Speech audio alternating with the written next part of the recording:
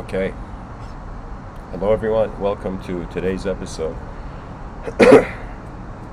Today's episode is titled "The Moment 8 Billion Simulations Were Noticed in the Void."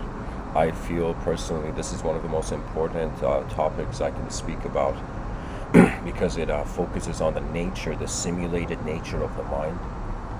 And so in the subtitle I've written Pantheistic-Advancement, and what I mean by that is that pantheism in some sense is like a soul to everything. You can think of it as a sort of everything has a soul, even an atom has a soul in a pantheistic universe. And when I've written Pantheistic Advancement ? I am in some sense wondering about the nature of how minds are simulated on Earth, and in some sense what kind of relationship they have with the simulation. And I feel that there's a pantheistic point of view that it leads. But how we can speak about it is a bit difficult, or I shouldn't say difficult, it is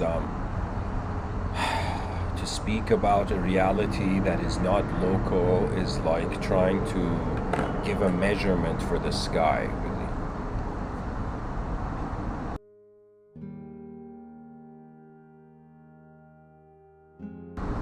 Anyways,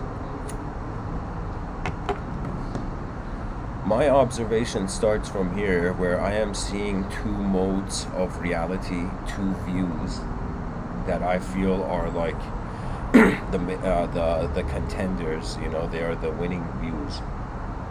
One view of the world and what is going on this world is that there is one physical world,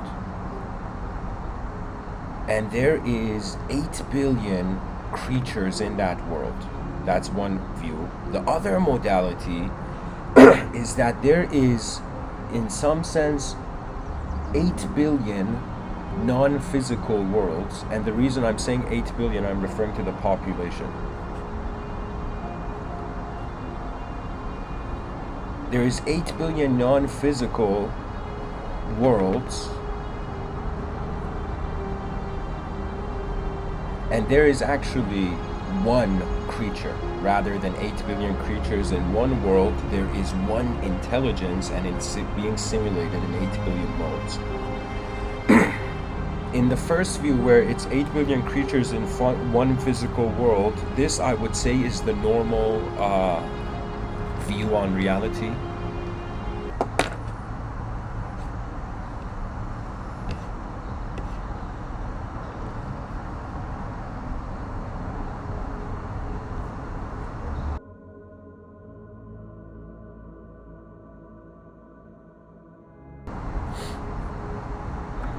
Right now, I am a physical, like there's a physical embodiment to me.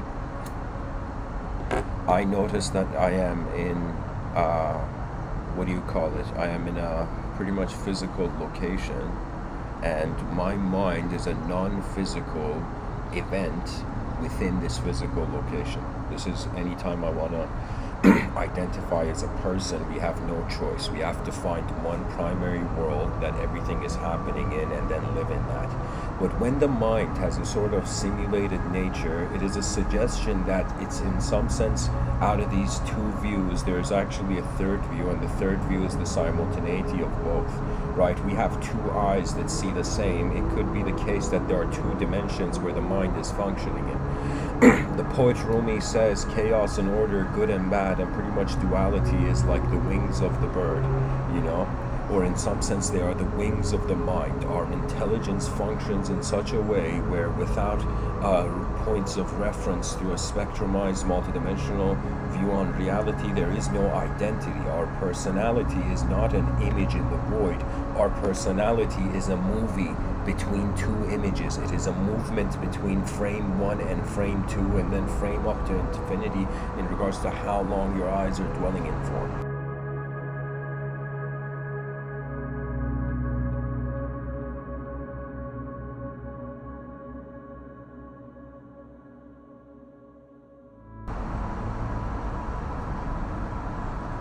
I think it's a very profound moment. I think our species should be fearless enough to acknowledge that we are not just a physical phenomenon. It is scary, it is strange, it is weird, it is mysterious, it is unknown, but we have to, in some sense, stay true to how far the sensory perception goes. You know, something very remarkable about the nature of reality is that everything a person is considering to be physical is actually a simulation of the neurochemistry of the brain. It's as if there is a thunderstorm going on in the brain, and this thunderstorm is the simulation of the person asking the question. If we limit the meaning of reality to the physical realm, in some sense the concepts of poetry, the abstraction of self-identity becomes nullified. And here's the challenge, in some sense, where it's no longer survival of the fittest, it is survival of those who are most content with the dimensions accessible.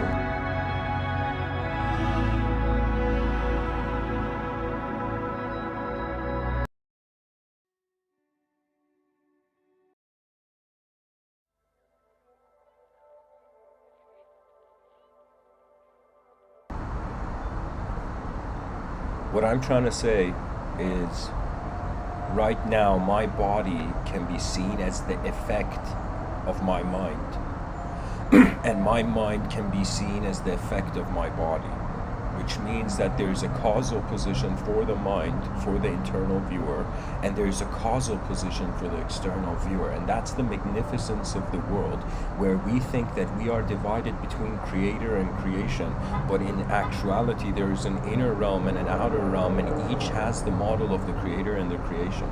The creator in the outer realm for the individual human being is their family, in some sense, is their parents. Right? We were all created from people. It's as if people are creating people so that people go on to create people. You know, that's the biological game. So in some sense, everybody's a creator in the outer realm is in some sense their parents. It's a biological journey. And in regards to them being the creation, it's like the body is, so in some sense, the forces of nature are the creator, you know, in the outer realm. Physicists in some sense treat the laws of nature, the laws of the universe, or the four forces, 17 particles, or 118 elements of the periodic table. That is like treated in some sense as the creator mode for the reality, right? Because we have verbs and nouns. Verbs require a creator, right? And we tend to give that creator to a noun, right? So religious people, they feel the creation of the verb is from, in some sense, an unknown source.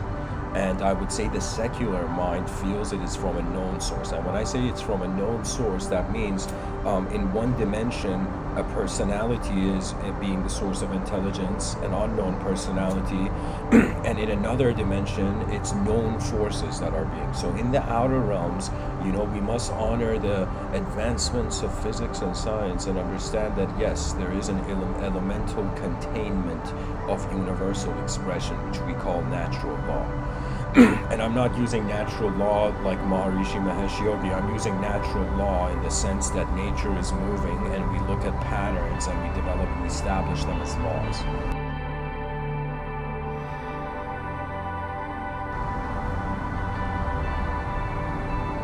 Now, so pretty much I'm saying, in front of your eyes, the creator modality is the edgeless natural universe and the forces that in some sense contain it. The creation, let's say, mode of the outer realms is the individual body. You know, everybody has to survive, everybody eats food, drinks water, you know, has shelter, takes care of temperature. You know, we have a survival-based, temperature-based survival as well. And above that, we also have, beyond the physiological survival, the psychological survival. Now, this goes to the inner realm, right? So anytime we talk about psychology, we're talking about the eyes, the intelligent, the awareness of sight, what is found in sight. And the mind is a domain where it's intentionally set for mankind, for our species, in case if the body becomes immobile, the inner realms can animate a body. So in some sense, just because a person in some sense cannot walk to the edge of the universe in front of their eyes, it doesn't mean behind their eyes they can't find the edge of the universe. behind your eyes is actually one of the edges of the universe. But I'll go on to say, if we were to think about the creation mode and the creator mode for the inner realms, the creation of the inner realms is in some sense thoughtful. So what I mean is that it's attention, like, so in front of your eyes, it's a noun, it's a specific noun that we identify, you know, the physical body. Yeah, this is my body, you know, I celebrate my birthday, you know what I mean? Like, so there's there's this association with the physical body, but in behind your eyes, this is where it gets really tricky to explain, because there is no form. It is like a spotlight of attention. So imagine there was a spotlight of attention on a stage, and endless actors and props came into the stage and left, right? They passed through the spotlight. So when it comes to the inner realm, right, the creator and the creation are simultaneous. This is why we can envision a reality and totally forget the reality we were in. The inner realms allows us to be a god to our, in some sense, like free will means a private universe. That's what free will means. A privately simulated universe. So the creation modality and the creator modality in the inner realms is the same. Really, my explanation experientially, practically, as someone who's been trying to figure out, you know, on this planet, we are told that we have minds. We are told that we're senses of self, but we don't know the origin of it. Like, it's still a question mark, and people are content feeling as if we have understood everything. We know nothing. You know, it's like the species is like Jon Snow. You know nothing, Jon Snow. You know. So what I'm trying to say is in my observations, experiential observation, things that relate to at least one experience of a human being, what it is that the moment your physical dimensions of life become still and silent, you don't get rid of it. You don't sacrifice your body for your mind.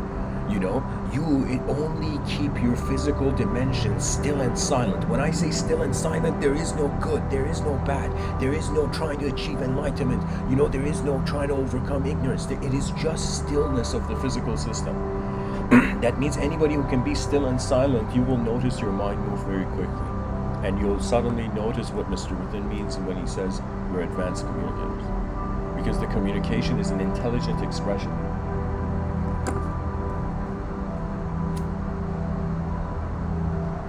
The inner universe, attention, is the creator, and hilariously, I would say the body is what is found in the spotlight of your attention. So when a person becomes still, something very strange happens in what people think is meditation. You know what happens? You notice your body, your physical existence is part of the canvas of existence, as if your existence is a paint brush stroke over a giant painting that is not even finished yet. And every time a new human being is born, it's like a new paintbrush stroke is going all over the spherical empty canvas, you know.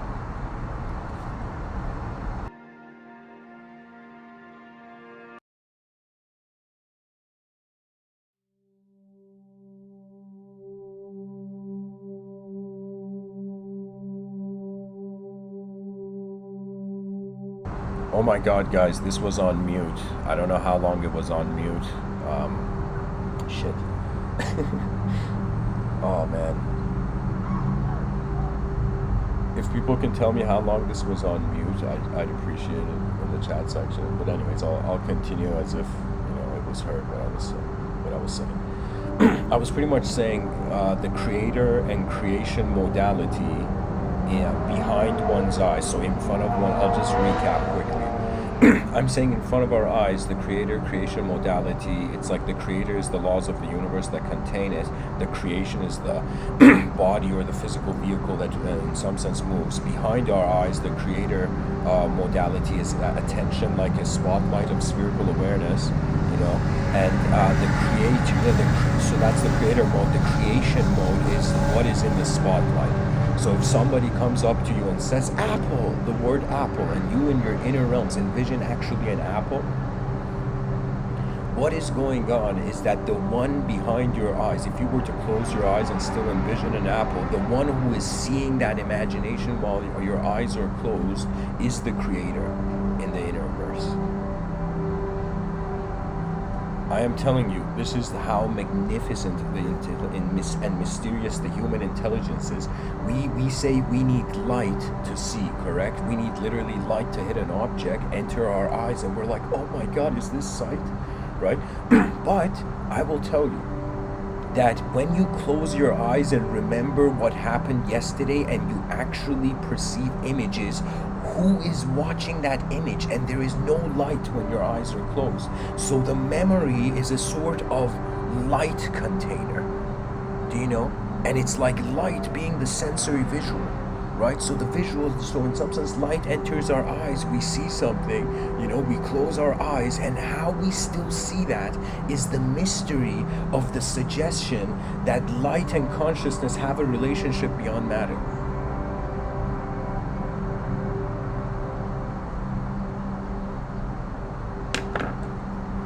This is the most important sentence that modern intellectual circles can, in some sense, like a chunk of meat thrown for the wolves, in some sense, be devoured, to be understood.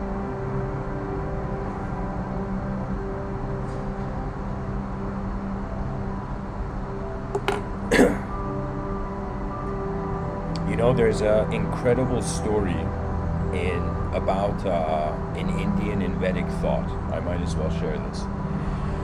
This story is so incredible that I don't know how to tell. Okay, I'll just start. Pretty much in Vedic thought, there was a king named Janaka. This very, you could say, like not enlightened yet king, but a very powerful king. And so Janaka, this king, one night sleeps, okay, and when he sleeps, he has in some sense a dream that he's a beggar. So imagine you're the king. You are like the epitome of outer realm wealth and power, right? You are the most important person on the planet. Like that's what the idea of the king represented. Now the king, this king dreams he's a beggar. He wakes up and he has a Changsuian kind of hysteria, where he doesn't know if what the dream means, right? And keep in mind, India has a very complicated metaphysical cultural dimension, right? That strangely the caste system was trying to stay honorable to, but then through the dissension of man's character, the more physical he became, you know, the more the animal began to speak through habit and routine and savagery. But anyways, what I'm trying to say is, so Janaka, this king, he, in some sense, dreams he's a beggar and he freaks out and he goes to a council, you know, his this is another view of the story.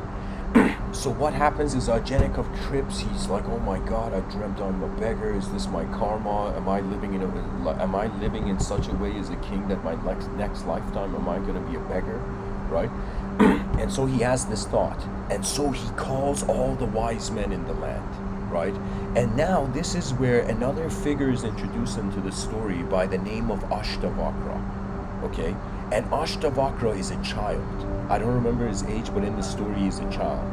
And Ashtavakra's father, which is some scholar or wise man, is called by the king. Is called by the king, and Janaka is like a ferocious king, you know, because he's trying to figure out his, what do you call it? His like the meaning of his inner realms, pretty much.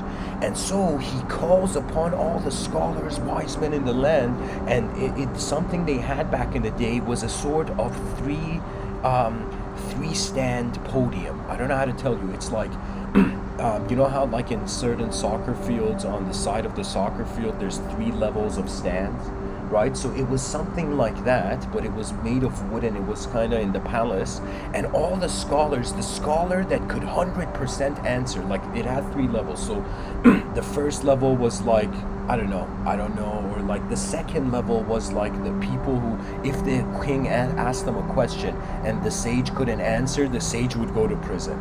The third level, if the king had a question, whichever scholar sat on the top of the stage, right, that scholar, if it couldn't answer the king, would instantly be executed. Right, that was kind of like the system that was going on in the palace in regards to how the wise men spoke to the king. So it was in some sense a way where it wasn't wasting the king's time, you know.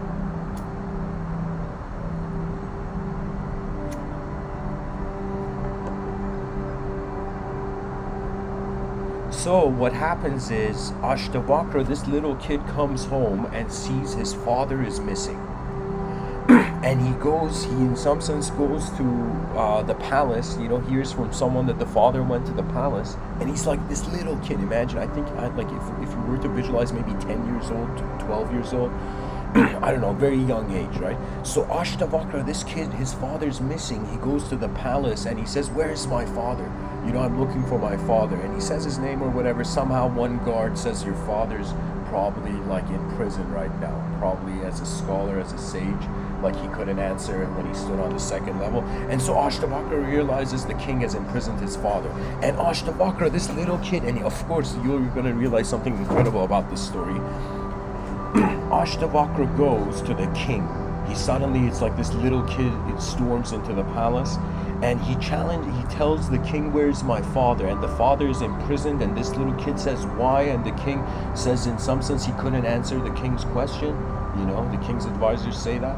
And Ashtavakra says, "I'll answer the question." And Ashtavakra goes and sits on the third podium. That means if he can't answer it, he will be executed. But he's a child trying to get his father back from, you know, a king's selfishness, you know, back in the day. So Ashtavakra goes and sits on the highest stand, and that's where the king is like, anybody who can answer the question, I'll listen to him. I don't care if it's a child or if it's like an old man, you know. Anybody who can answer the question, I will listen. And so Ashtavakra, in some sense, this is where Ashtavakra's conversation with Janaka begins, enlightening Janaka of the ignorance of his approach to his own past. You know, and I don't remember exactly what it is, but it's pretty much Ashtavakra says, "You are neither a beggar, you are neither a king, who are you?"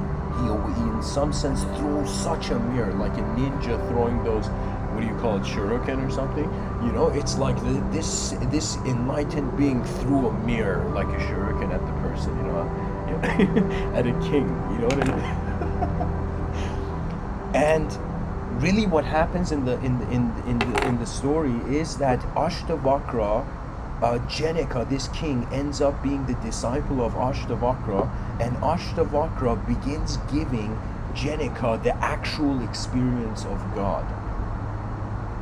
Do you hear me what I'm saying?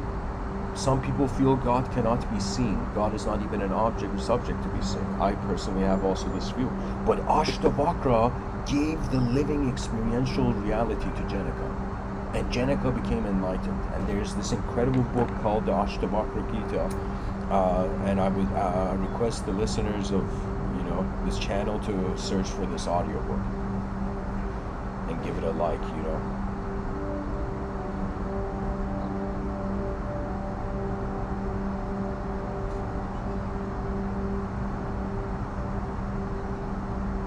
Enlightenment is noticing the light in your eyes is also unconditionally there.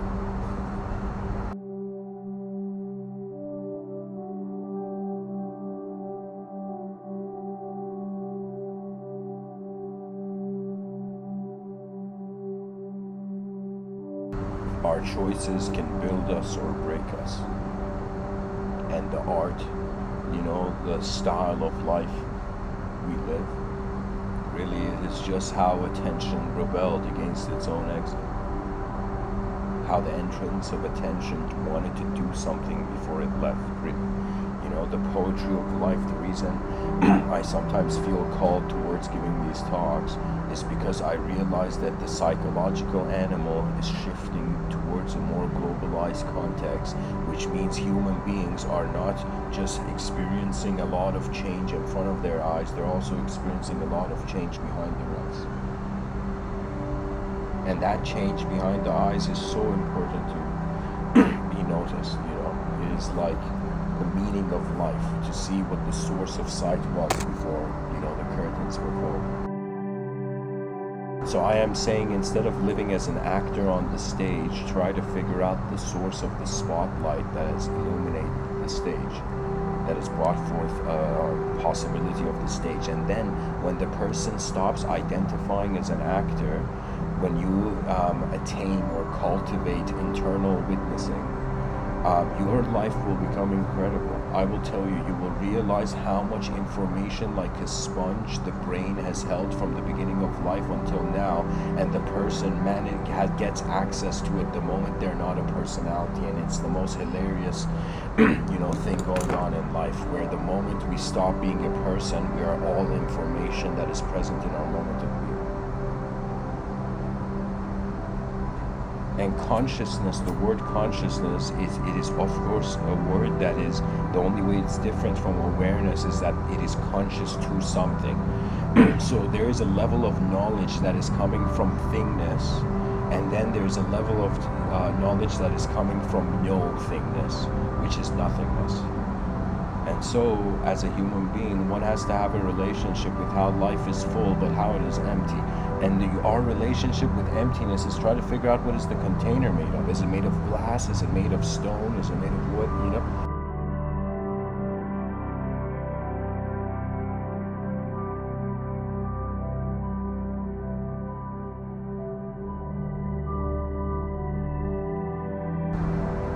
The world is filled with mystery.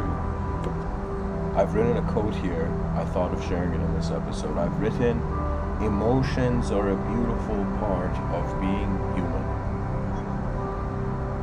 And how emotion is, in some sense, the inner simulation and the outer simulation in sync. Or it's pretty much the relationship of the context of the world behind your eyes and the context of the world in front of you. I am telling you, emotions are the effect of something. That means something happens, the person becomes emotional. And it's pretty much like paperwork for the free will to fill out, to finish. Emotions to me are like guests, and my mind and that space of my awareness is like my house. And when I hear a concept or an idea, I ask myself, why has this guest of a geometrical design of information entered my attention? You can say I'm pretty much a neat freak when it comes to the inner, to thought, to what thought is. That means, imagine like you're, let's say there's a space in the outer realms. Let's say a person in a soccer field, and there's a soccer ball. You have all that space to kick the ball, right?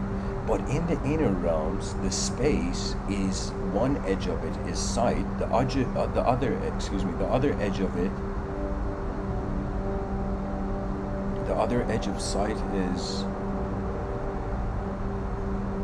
it is duality and it is the void. So what that means is, what can happen to the senses is they can become inactive, or they can in some sense be activated. And beyond the portal of duality, there is the portal of infinity. Maybe I should call these 4 types of portals can be found in this world for consciousness. A portal to the 0 dimension, a portal to the 1 dimension, a portal to the 2 dimension, and a portal beyond duality, the infinite dimension. In the infinite dimension, in your inner realms, you can access it geometrically. I talk about it, and pretty much I think I've been born to kind of teach geometrical piloting of the inner realms to people. But when it comes to the dual dimension, if we enter that portal, this means you are opening your eyes to a world that is based on chaos and order as the primary principles. So that means there will be good and bad till the end of time. if one chooses to leave, if one doesn't choose to see beyond duality.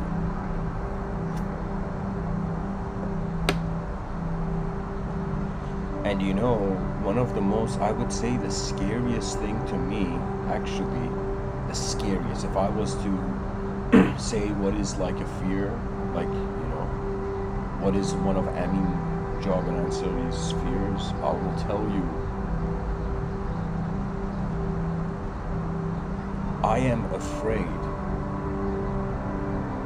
of the absence of possibility more than whatever is possible, whether it's cruel or kind. You know, it's as if we are the humble servant of a mind that is being everything. You know, the world is our, I don't want to say the world is our oyster, but I understand that sentence now.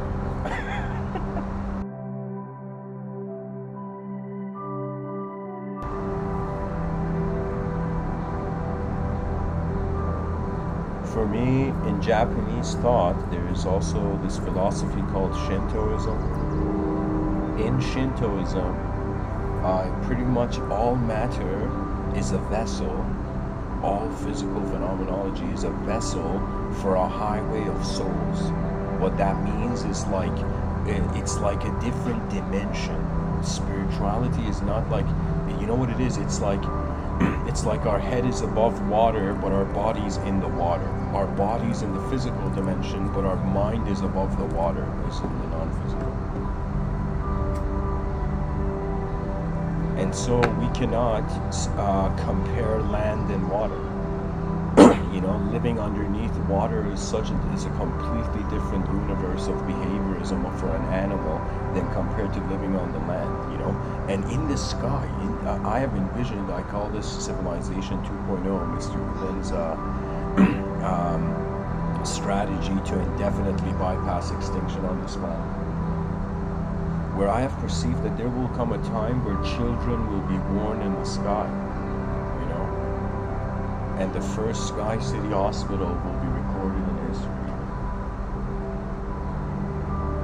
You know, and the first Sky City Hospital should be called Mount Olympus Hospital. The first Sky City. You know, it's really the archaic revival of mythology that still has not escaped the edge of our past, our edge of our conscious history, right? So there is like a history where it was recorded in the history books by the winners that has a lot of prejudice, bias, and gaps of visual meaning. Then there is the unconscious history of the planet, and the unconscious history of the planet has a relationship, a very strange onion-like interrelationship with the universal intelligence. That means we are like, okay, sure, we are a human being, but then there is a being that, let's say it is the size of a universe. And what pantheism is like cells inside a greater body.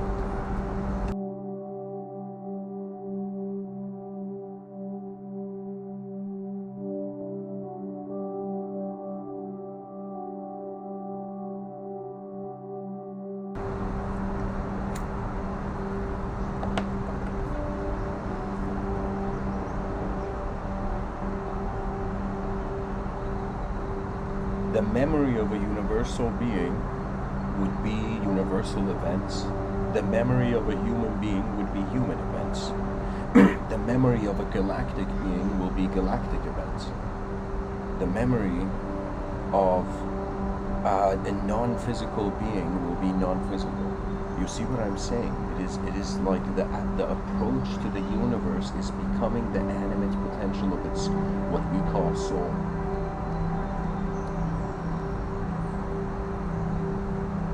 The world is here to be seen, and the same goes for our inner realms. Everybody should honor their inner realms, honor the mind you have been given, honor the instrument that fell from the clouds in your hand, you know, honor the moment in manifestation that has been accessed. And I will tell you, you will realize that karma is a horse, and when I say karma is a horse, it can be ridden. You know, you can be in sync with a recognition that the unconscious surpasses one's own beliefs. So without any beliefs or disbeliefs, you be so still, and then you start walking experientially.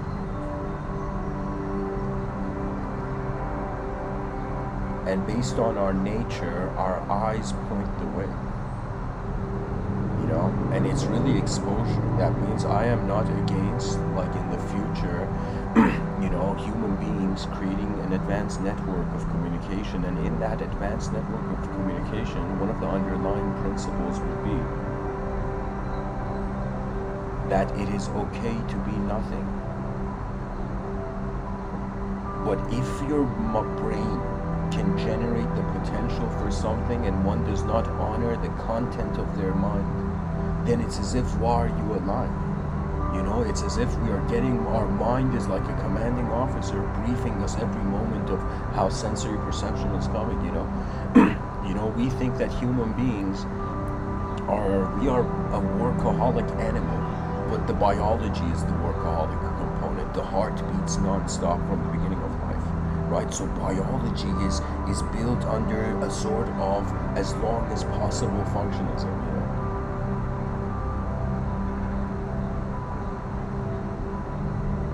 One can, in some sense, recognize that if there is imagination, the antenna is picking up signals.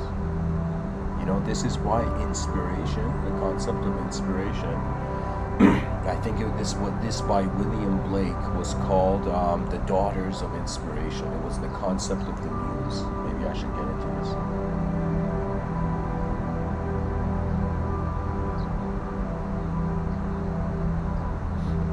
The muse archetype was a suggestion of, how would I say it?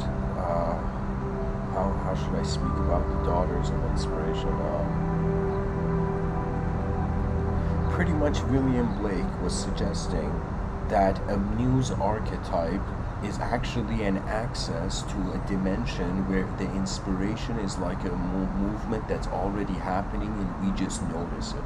So there is a deeper event going on in the world, imagine, and we start off with a simulation of our psychology.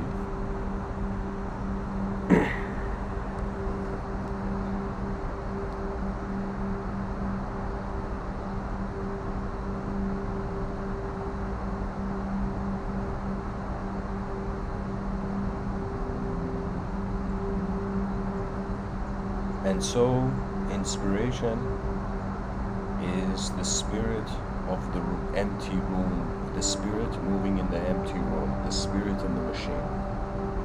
And the machine is biomechanistic and biochemical. That means it's phenomenal when you consider how much of what we consider the human being is chemical reactions taking place in the body, chemical relationships.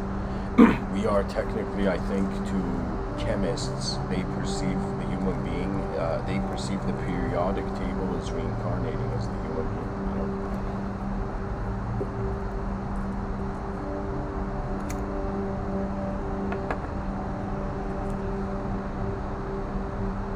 Every subject has a philosophical dimension the moment it is being compared to the unknown.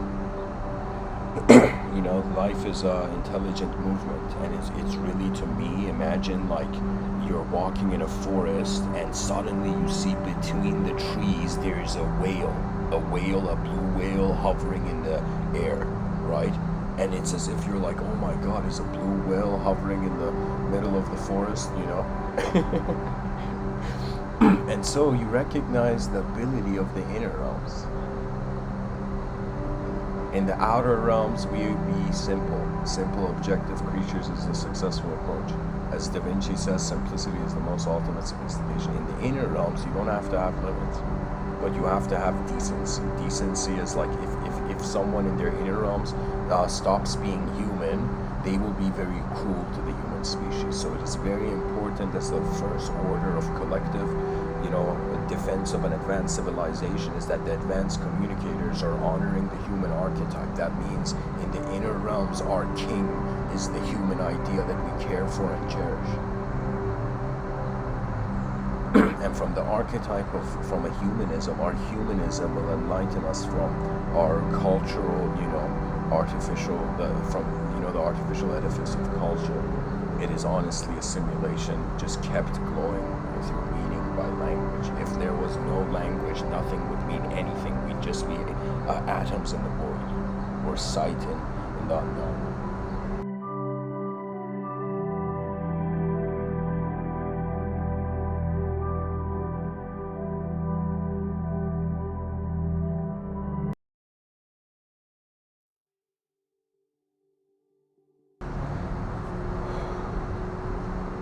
Let's say we are 8 billion. Let me take the talk to this idea.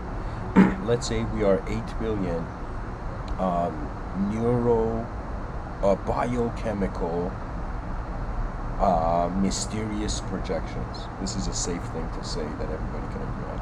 We're 8 billion biochemical, mysterious, subjective projections. That means the brain is like a film projector, and it is projecting a film of independence and individual sovereignty upon the physical realm. When you look at atoms have no concept of justice. Do you see they are just a quality of being, right? A shaped quality of being.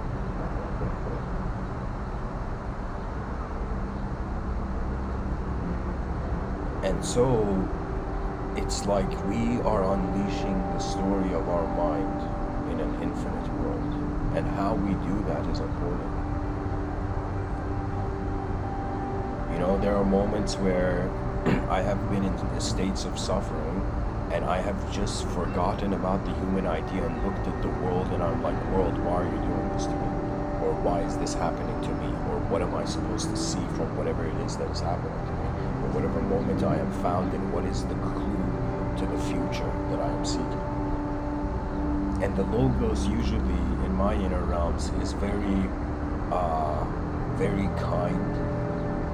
That means my spiritual experiences have only been through states where, not that it's been like my conscience has cared for the suffering of the ego, And I'll tell you, there is a love beyond the senses here. There's a reason we add back to yoga. The brain's film and the film of the elemental realm where we all are in, these are two servers. One server is public, the other server is private.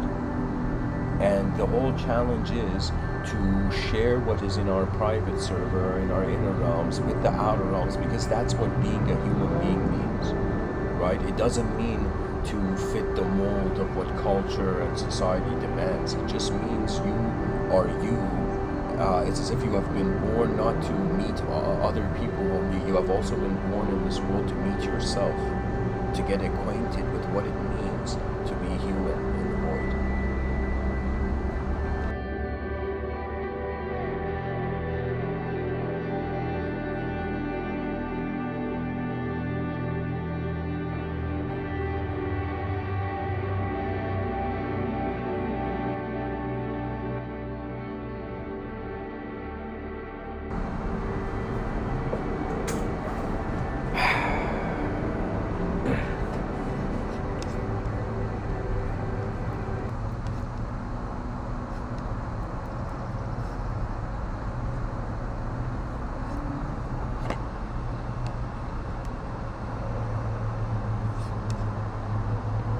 We have created a world where asking questions beyond our eyes is becoming more and more impossible.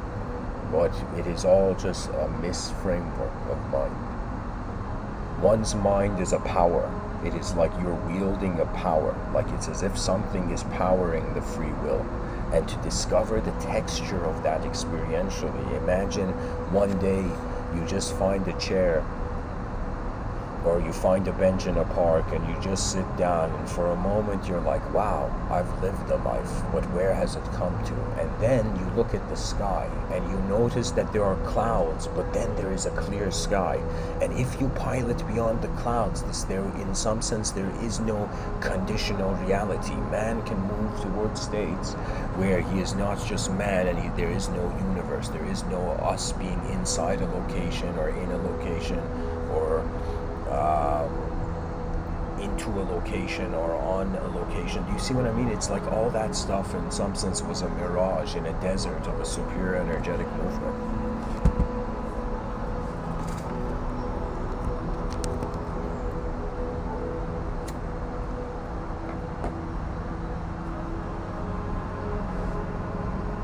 You know, they asked this yogi, can you show me God? And the yogi's like, yeah. And the person's like, really? You can show me God? And the yogi's like, yeah, I can. You know, and the person's like, all right, show it to me. You know, and the person's like, all right, so this is it, right? Right now, do you consider you have an ego? And the person imagines like, yeah, I have an ego right now. Then the person says, what is moving your ego? And there you go. You'll recognize the seer of the scene is unseen, but that unseen is the seer of the scene.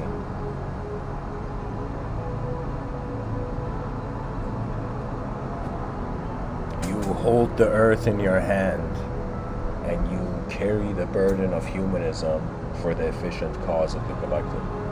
It's just honor, you know. We've had knights back in the day in medieval age. We're going to have advanced communicators in the modern age, pilots and advanced communicators. Civilization is ready for phase 2, civilization 2.0. And what it means is that rather than us trying to change the world, we start building, like there's so much space on this earth, we start building civilization 2.0, and we allow civilization 1.0 its freedom.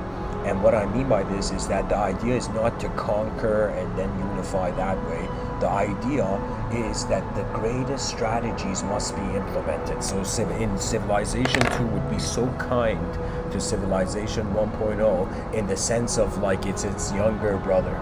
You see, the advanced civilization will treat the past echoes of history in regards to how civilization is now. It would be very compassionate to it, you know.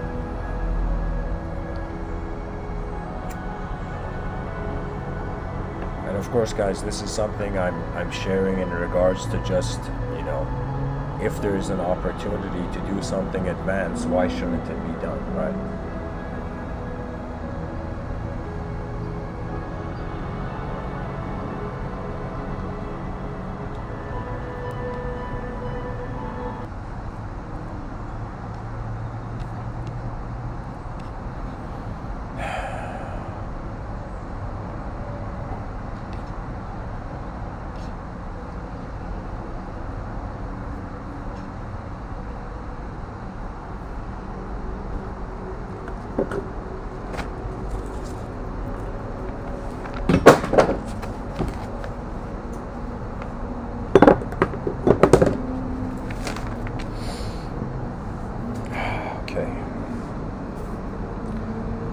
Guys, I have to bring the paper out. Let me see what I can write to share. So we consider there's a rock, and this rock is a sphere, and the universe is like this edgeless sphere, which in some sense has no content. So in reality, something we experience is space and matter, right? Now, if we experience something in the space that is beyond matter, there comes the question, is this from the matter or is this from the space? Now, if we treat our biological existence as an antenna, we are in some sense being a unique state of mind. That means to me, every human being, it's like no one like you has ever existed until now. So that means you are an antenna the world has never seen before, right?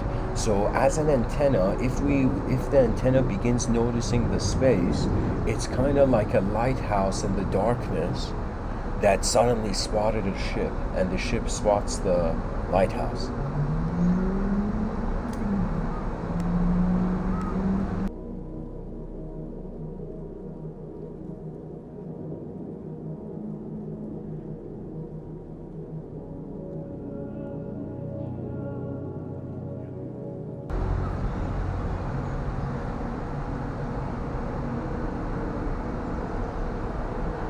If we are looking for truth to have content, for truth to be a shape, then space is being, in some sense, said to not be true.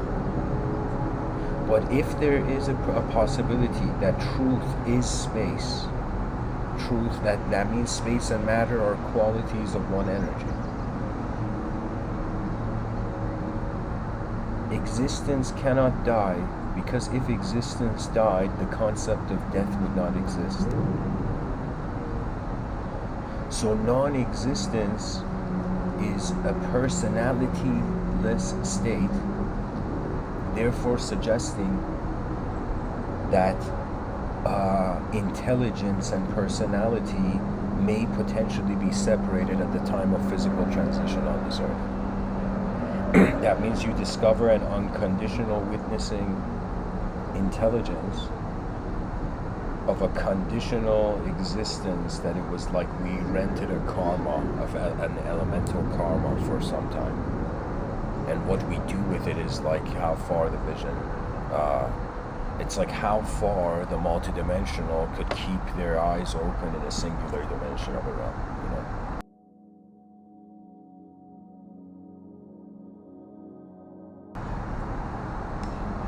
I personally agree with the poet Rumi when he says, wherever you are, be the soul of that moment. That means every moment of your conscious waking state is an opportunity to experimentally, empirically study how your reality happens. Like the way our eyes are positioned, it's hilarious. We can't see our own body language, but we can see the mind's language, which is the internal cinematic-like experience of reality, the subjective overlay over the objective realm, or the objective overlay over the subjective realm. It's not in this world, it's hilarious. The moment there is man, there is the archetype of God. That means God is the personality of the universe. And the moment, so there was man, there is God. It's as if the moment man, in some sense, is unknown, it's as if the God is unknown, you see.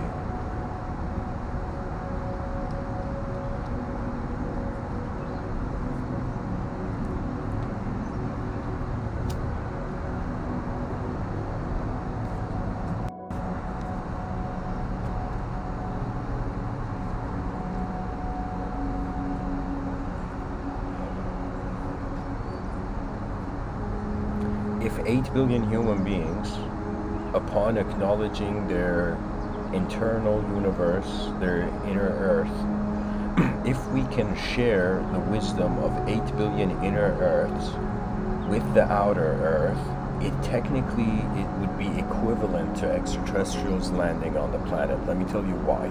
Because the concept of the extraterrestrial, or that which is alien, is the archetype of the unfamiliar, the unknown. Right? And so if human beings do something unknown in their known world, it is equivalent in the novelty of information received to an extraterrestrial landing on Earth, and that being like big news, right?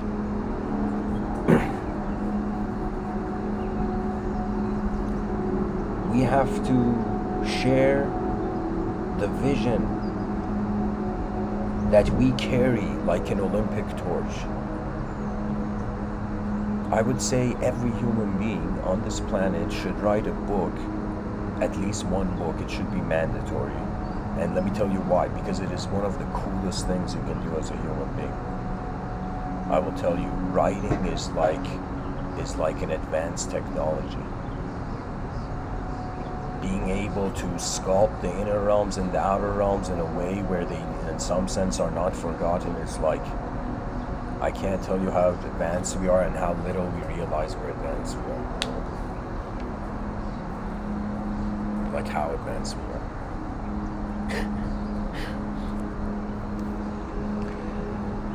what will happen if 8 billion people share their inner verse? Okay, what's going to happen is there's going to be information overload in the outer realms. So what's going to happen is the outer realms is either going to be ignorant, or the outer realms going to be like, okay, a giant pile of information from behind people's eyes has been shared to in front of their eyes. Now what do we do with this? And what's going to happen is we're going to be ushered into at least an evolutionary phase of the economical sector, where skill and innovation and novelty and collective efficiency, and as far as possible vision as themes will guide it. So what I mean by this is that it's like this is what I perceive is like a great strategy, that we suddenly pour all our inner realms and the outer realms. We advance communication as if we're running to the finish line, as if before the year 2050, where technology may open its eyes, we're trying to have the most sophisticated human perceptions develop, right, and systemize. Now, 8 billion human beings that share their inner realms, they're sharing new information. This new information will create jobs, but it will create for the first time the jobs of trying to manage the inner realms of the earth. That means what is happening inside our atmosphere is not only just physiological, simulation, it is psychological simulation. That psychological simulation, the best way we have narrowed it down is the concept of understanding. And so it's as if we're saying, let's understand what the human species is, and we're maxing out the quality of our effort in regards to how far we can see, just to see that if we input, like, you know what it is? It's like, not only do we want 8 billion simulations to build bridges between 8 billion internal universes, but we also want these 8 billion internal universes to be found in a sort of advanced highway of movement.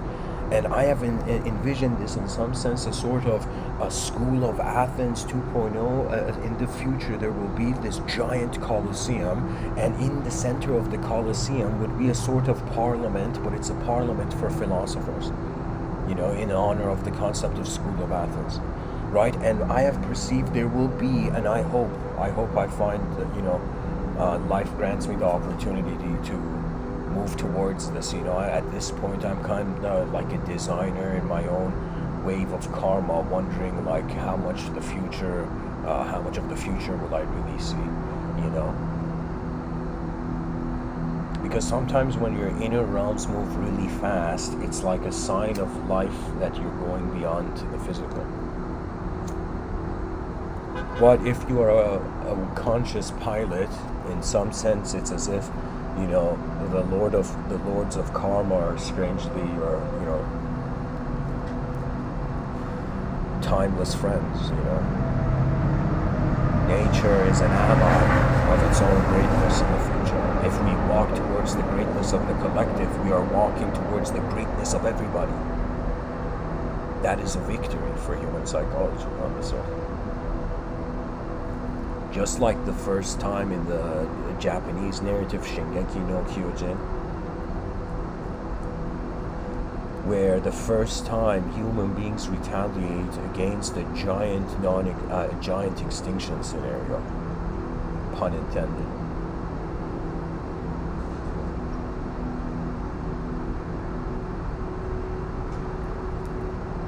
You see, man's victory is against the giant phenomena of the unconscious mind and the unknown.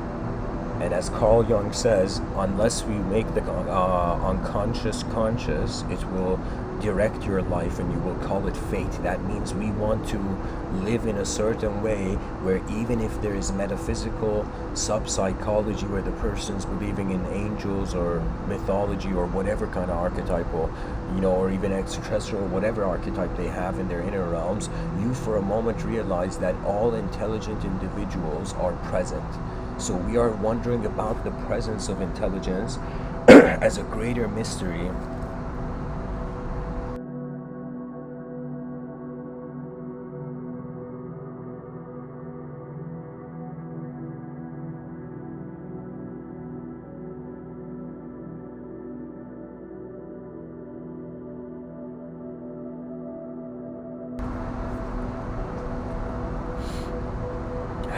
Excuse me.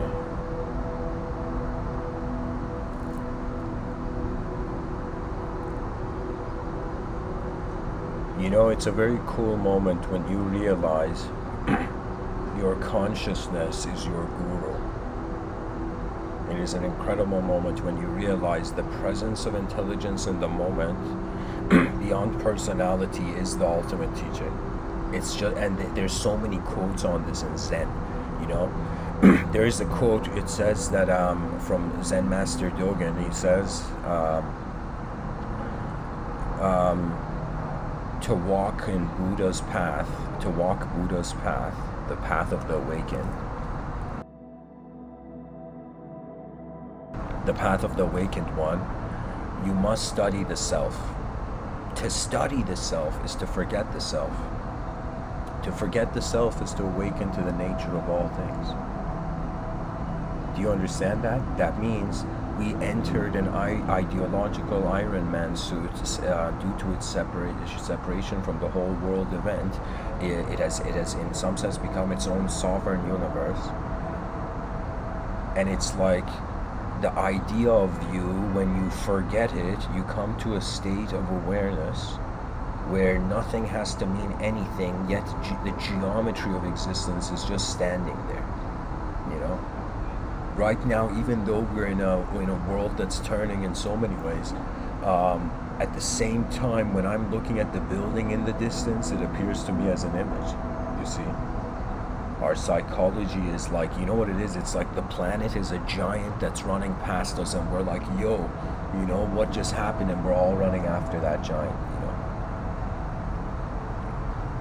We honor the Gaian presence, you know. For me, it's like if we went to let's say a human civilization advanced, and we got on our spaceships and we went to another civilization and we went to meet them, another planet, you know, another planetary civilization, and when we went to meet them, you know, we would be the aliens, right? So right now, everything in the void is alien. Do you see? It's like aliens invading a Zen monastery, and then the Zen master, in some sense, just teaching emptiness to the extraterrestrial, you know what I mean?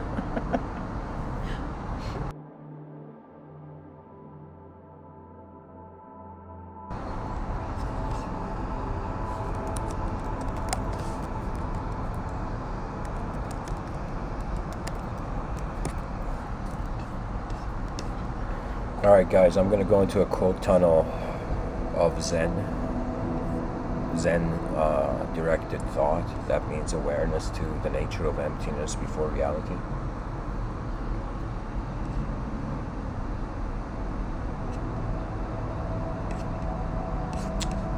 These quotes are not from... okay, there we go.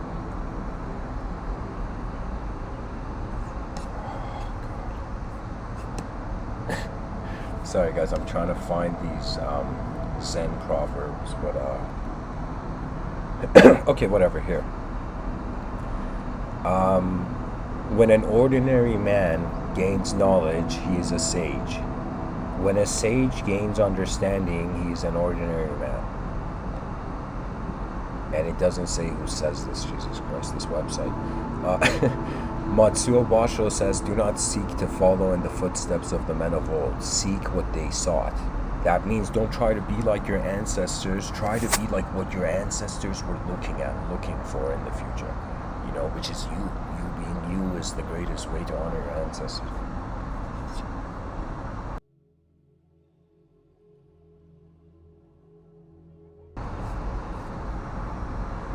Qianju says, even a good thing isn't as good as nothing.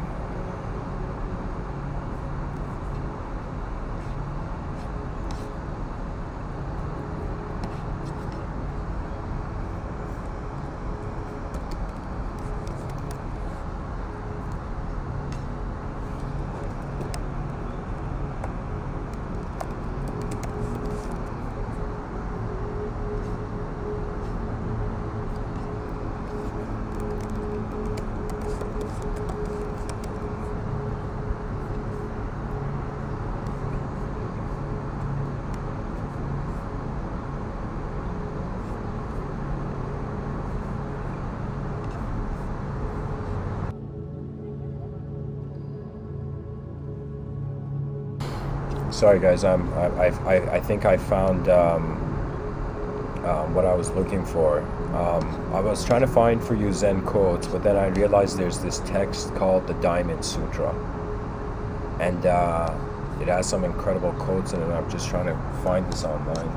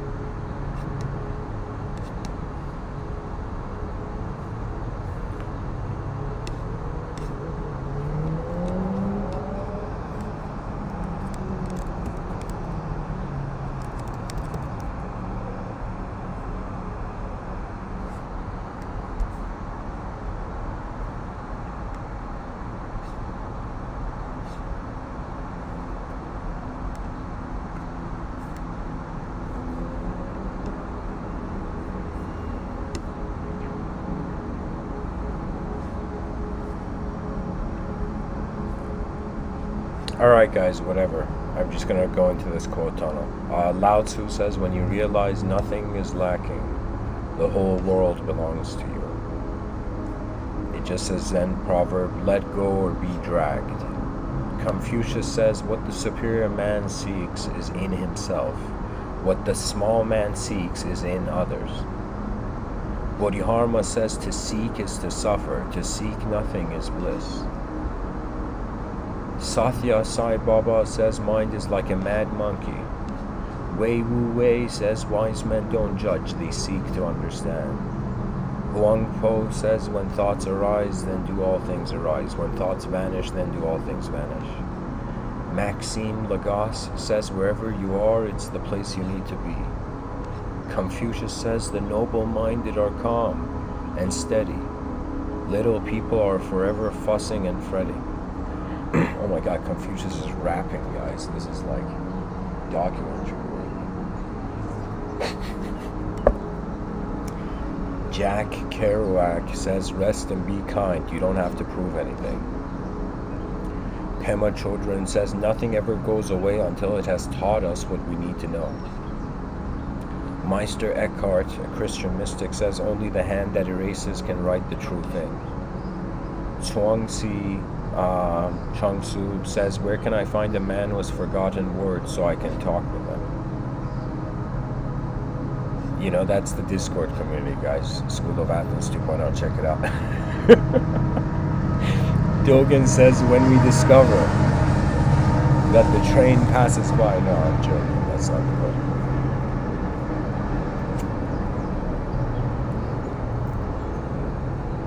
Dogen says, when we discover that the truth is already in us, we are all at once our original selves. This is why in these Mr.Within talks, I keep pointing to the presence beyond personality. Rumi says, life is a balance of holding on and letting go. Eckhart Tolle says, wherever you are, be there totally. That's love, guys. That's what love means to him. That means that's pretty much the ultimate parenting advice too, you know. Parents, wherever you are, you know, whenever you're around your children, be there, be present there totally. You know, that means it's as if children should be raised with their attention on the advanced, you know.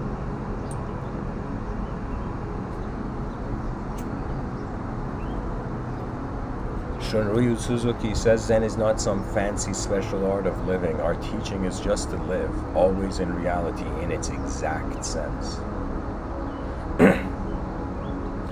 key point, he doesn't say senses, right? That means there's an original state of being, regardless of whatever way we're classifying psychology. Chuang-Tzu says, forget the years, forget distinctions, leap into the boundless and make it your home. That means, as if human, that, you know what that means? That means our species is reaching a point where we're exploring unknown states of mind and we're setting up headquarters there, right? So that means it's not just expansion in the outer realms, it's expansion in the inner realms. But in the inner realms, everybody starts from their own kingdom, and most people think they're a king and queen of their universe, right? But I'll tell you, you have to go beyond that. That means you have to, in some sense, allow the king of the inner universe to become a servant of the outer realms. And what that means is not the servant of anybody in the outer realms except the future. We serve the future. That is the meaning of life. We're not employed, by anything other than time's limitation here. Do you see? That is the big event. That means, imagine a law is passed that in some sense, this is in the future, imagine 200 years or whatever, like sometime in the future. 200 years is too much, but but let's say in the future there's a law passed that says no employer can hire an employee if they are not considerate to the life, okay, let me tell you what I'm saying. The outer realms don't care for the inner realms of the individual simply because they have to care for themselves first to succeed. So this means the system is not built in comfort. It's like an employee at Google and an employee in like a cubicle, right? The employee in Google is given a freedom of comfort. It's as if every day is a day of our life, regardless of what we do. So it has a value that's supreme, yet we have to, as a collective, find ways to, manage the multidimensional, attend to the multidimensional. Buddha says, before enlightenment, chop wood, carry water. After enlightenment, chop wood, carry water. That means even if you comprehend the most ultimate state of mind, which, regardless of whatever methodology of self-inquiry one engages, when you realize it's all being here, that's when tears and laughter are simultaneous. That's what they call divine laughter, when you realize existence is just being and everything else is our story of it. You understand? So there is an endless inner peace, endless peace in this universe. It has no choice. Existence doesn't have a psychology, and to us, the human psychology's turbulence is identified as suffering. So existential stillness is like the supreme peace, or it's like saying the silence where all words step out of.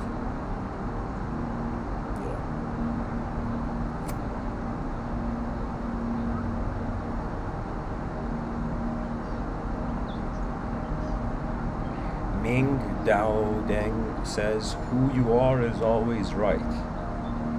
The search for happiness is one of... sorry, that's someone else. Ming Dao says, who you are is always right. That means trust your intelligence, because what else can you do? If you distrust it, it's as if you are not caring for the world that's moving before you were born, before you were moving. Eric Hoffer says the search for happiness is one of the chief sources of unhappiness. I wouldn't say, it's how you search for happiness, If you're searching for it as if you're trying to find an object, of course, you'll suffer. But if you try to search for happiness as if you're okay, what is the fastest route to happiness? And you realize there's probabilities. It could take it could be in time or outside of time. Outside of time, happiness has to be an instantaneous moment. Truth has to be instantaneous outside of time. It is only in time where there's the ideal work for your truth,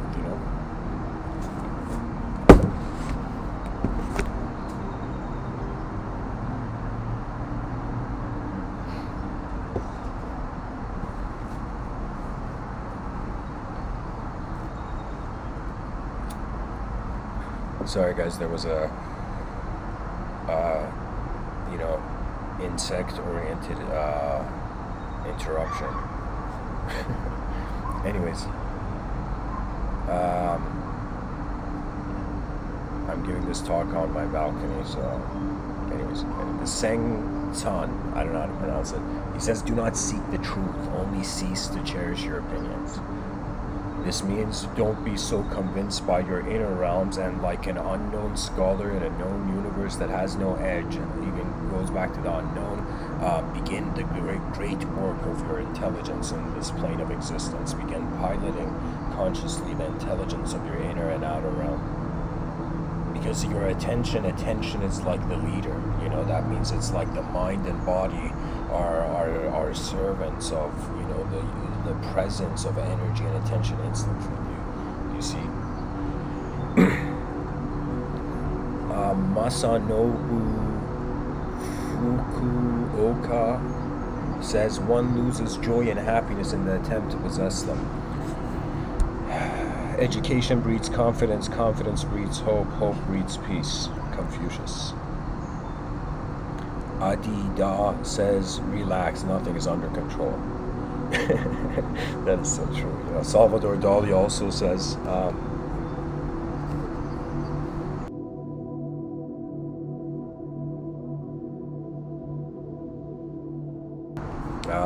do not seek, do not fear perfection, you'll never reach it, you know.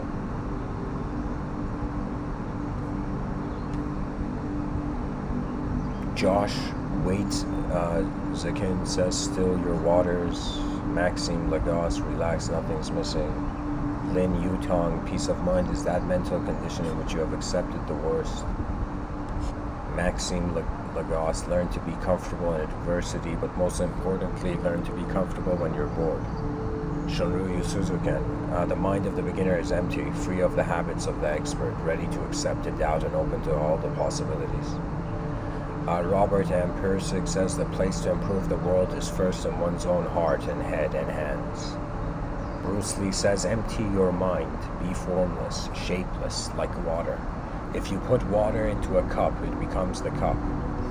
You put water into a bottle and it becomes the bottle. You put it in a teapot, it becomes the teapot.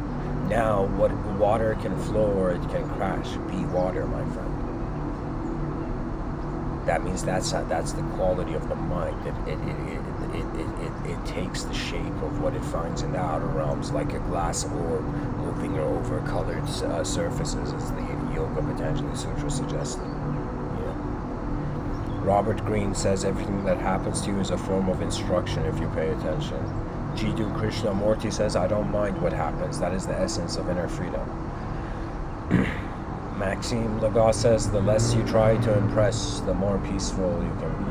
Lao Tzu says, if you're depressed, you're living in the past. If you're anxious, you're living in the future. If you're at peace, you're living in the present. Lao Tzu says, do you have the patience to wait until your mud settles and the water is clear? Zen Master Dogen says, when one first seeks the truth, one separates oneself from it. Exactly. This is the truth. This is the enlightenment trap that a lot of people fall into. You know, and it's literally like a ditch that they don't notice, and they're like, you know, they seek truth in the outer realms, but they don't realize it's an internal responsibility. It's something you notice about your state of being, rather than you doing something to attain something. You know, it's an instant awareness, pretty much. Alan Watts says man suffers only because he takes seriously what the gods made for fun. Alan Watts says muddy water is best cleared by leaving it alone. Satya Sai Baba says every experience is a lesson, every loss is a gain.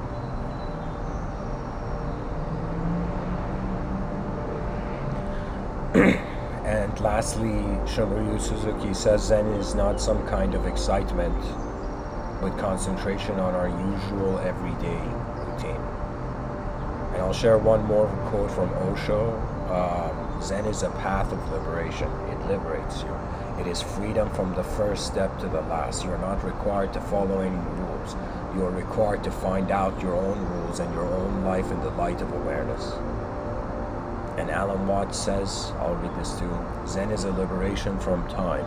For if we open our eyes and see clearly, it becomes obvious that there's no other time than this instant, and that the past and the future are abstractions without any concrete reality. And I'll read this one more quote too from Jean Clark. Zen is not an art, it's not a religion, it's a realization. Yeah.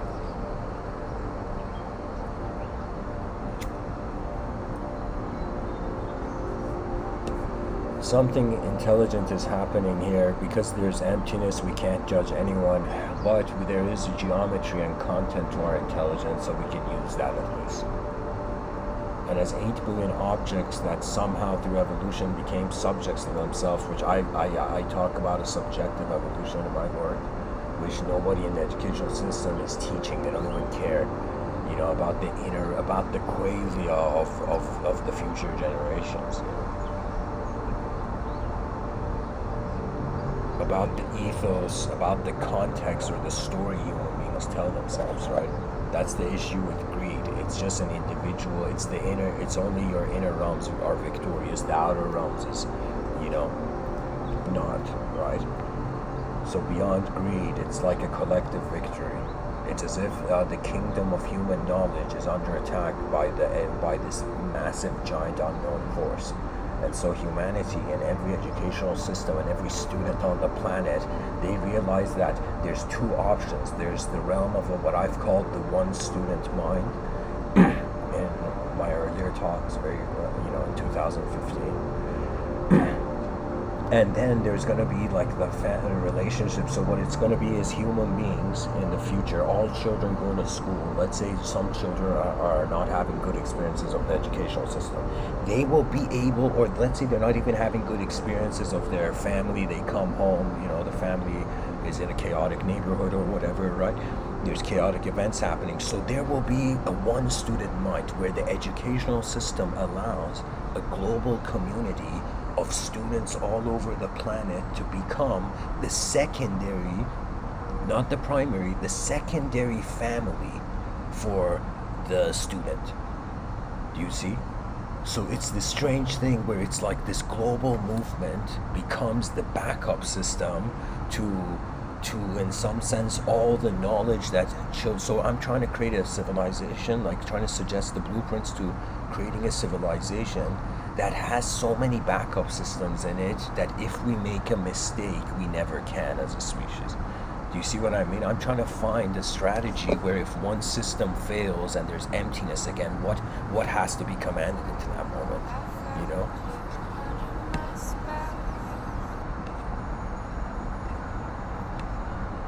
Guys, this song's like moving. I'm playing these songs from YouTube. It's going to like an ambient mix of like vocals, like I have to pilot differently. Anyways, let's bring this episode to an end.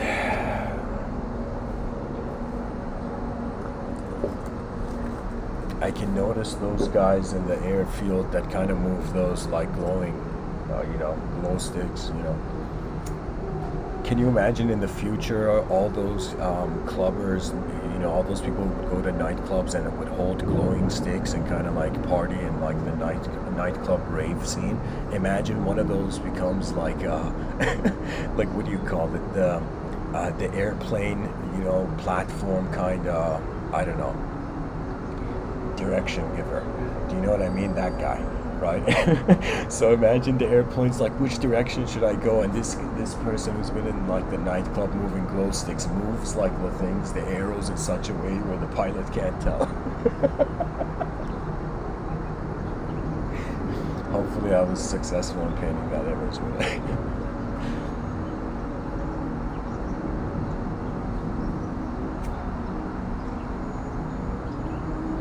but every human being can the moment you honor your world, that means you accept its victory before its defeat.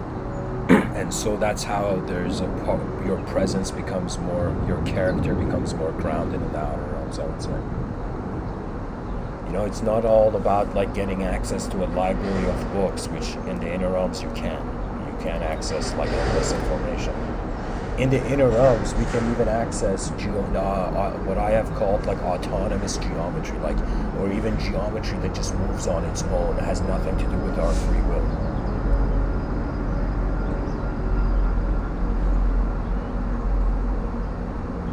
it's like human beings are wondering about the secret of vision, and a mirror, a divine mirror, is saying, we are the secret of the vision. Strangely, people are waiting for their own understanding, but it only begins if you wonder what you're standing under. The moment the species, and let's say in the future we have what I've called the enlightened society, which is you can say a group of like the most creative individuals on the planet, in some sense creating, being not the leaders, but being the nervous system, you know, to the communication all over the planet, the human nervous system in some sense.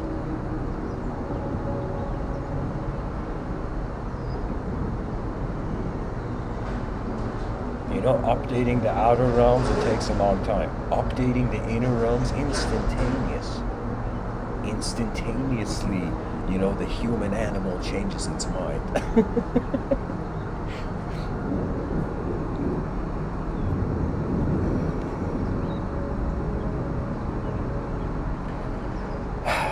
I don't know, guys. Somehow, you know, any time in this life I have experienced the presence of the solitude of my own mind and intelligence on this earth. There has been something, a part of me that has looked at the human species from strangely an aerial view. You know, I'm like that guy who's never worn a jetpack and looked at the sky, looked at you know, the world from the, like, you know, let's say 300 meters from the sky, right? But in my inner realms I have. And I have also fast-forwarded civilization due to holding conscious to the geometry. So something I do in my inner realms is that because I have become comfortable with my unknown intelligence, I am not attached to personality. That means I can poetically rift walk. I can rift walk in my inner realms to different geometrical realities. Right now, this geometry takes place with piloting your attention, and your attention is a unique, think of it as a unique instrument. I wanted to say weapon, but it's like that. I would have said that if I was alive like 1,000 years ago, but I'll tell you, it's an instrument now, right? And you gotta play your instrument in the same way of realizing how to move your intelligence, right? And a dimension of it has to do with the biological body and the activation and inactivity of the muscles, you know? It's just fascinating how it's like a biological science project we gotta take care of as ourselves, you know? Where whatever we eat, it's like a chemistry person with a chemistry lab cloak putting chemicals, you know, in the same flask, you know.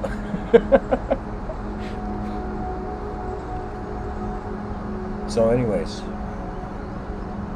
let me also conclude by saying, does this lead to a pantheistic advancement? Pantheistic advancements there's an evolutionary chart we can draw from.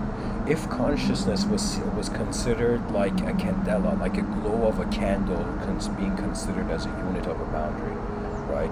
As the boundary of a unit, like the glow of a candle, right?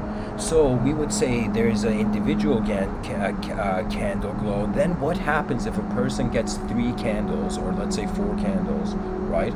And like a bunch of people put a bunch of candles together, their flame will create a giant flame.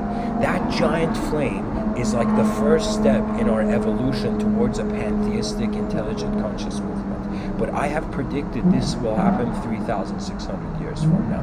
So all we can do right now is dream, baby, dream.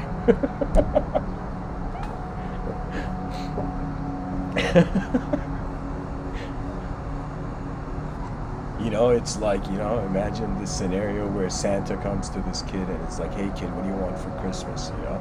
And the kid's like, I want eternal awareness of the universal sector. And Santa's like, oh my God, you know, you have changed my... It's like the day Santa stopped being Santa and attained Samadhi. Can you imagine that? Can you imagine the manifestations of the dualistic archetype?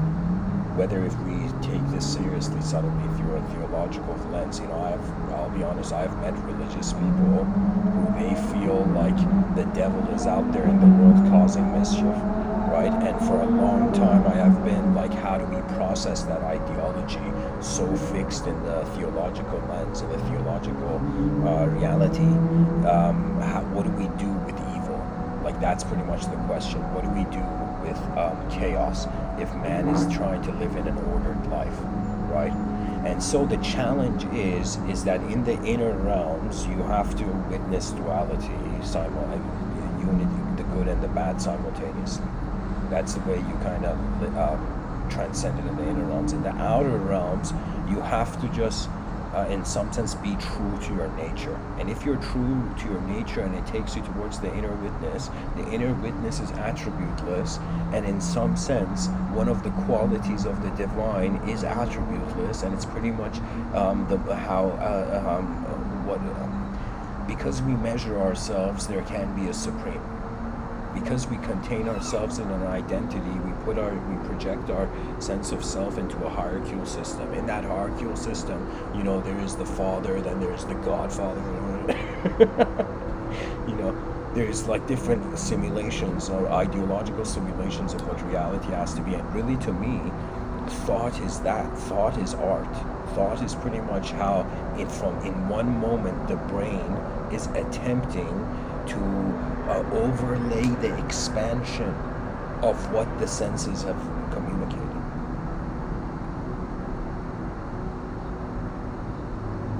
Seldom is it said, but the gate to paradise, or I should say the stargates to paradise, are on our face. There's this story, I'll share this as a last thing. There's this warrior who has been in 70 battles and undefeated. Can you imagine the ego that warrior would have? Imagine you are undefeated. You have lived a life where from the beginning of your life nothing has challenged you and nothing has allowed you to update from what you have been from the beginning, right? So this warrior, imperial warrior, undefeated in battle, pretty much like a juggernaut, like a giant robot in the battlefield, you know what I mean? Back in the day, and let's say a samurai, dressed in samurai armor. Let's say this is the imperial times of the Japanese empire. And so he's an imperial warrior. And so after his 70th war, let's say undefeated war, victorious war, the last opponent he in some sense kills, and this is a story from long ago, the last opponent he kills, he wonders, where is the consciousness going? And for the first time, this man who has savagely, conquered and been victorious in the battlefield wonders, okay, if I die, where will I go? His mind wonders about heaven and hell.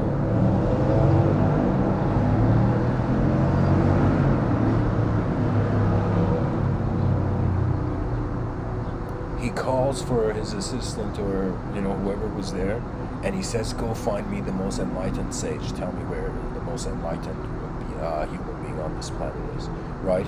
And so the sage goes and asks people in town and does some street smart, searching,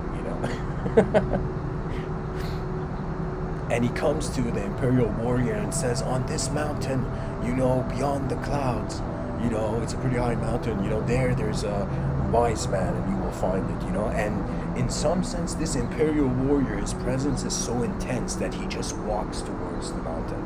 He just, as if he just lets go of whatever reality was there. That is a privilege of power, but it is also rendered as ignorance. So this imperial warrior finds himself at this cottage door, this monastery, let's say temple, and with his heavy imperial armor, this giant warrior, he goes inside and it's like the door opens as if the door is scared of him,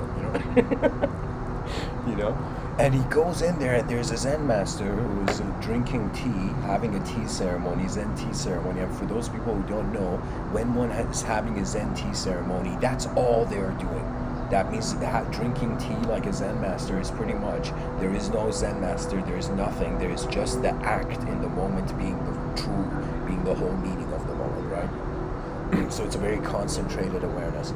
And so so these guys are the Zen masters in this tea ceremony. This imperial warrior storms in and just commands, just shouts, as if like the Zen master is like a soldier on a battlefield, and he says, "Tell me now, sage, what is heaven and hell?" As if like say it, or in some sense end, right? And the Zen master takes a sip from his tea.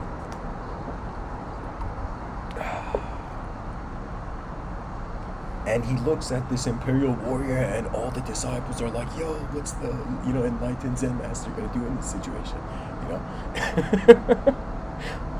And what happens is that the Zen master looks at this imperial warrior and says, "You're too stupid and animalistic to even be able to get the answer to this question. You're too much of a goon." That means he's saying you have been living like such a savage animal that you can't even receive the answer to the question, right? And it's in this moment where this imperial warrior, undefeated in battle, a man who people respect and fear, the moment the Zen master says something like this, he just takes out his sword as if he does not tolerate dishonor, and he's in some sense about to slam the sword onto, pretty much about to kill the Zen master. And then the Zen master, before the imperial warrior's sword hits him, he just looks at the imperial warrior. He looks at the imperial warrior and he says, "This is the door to hell."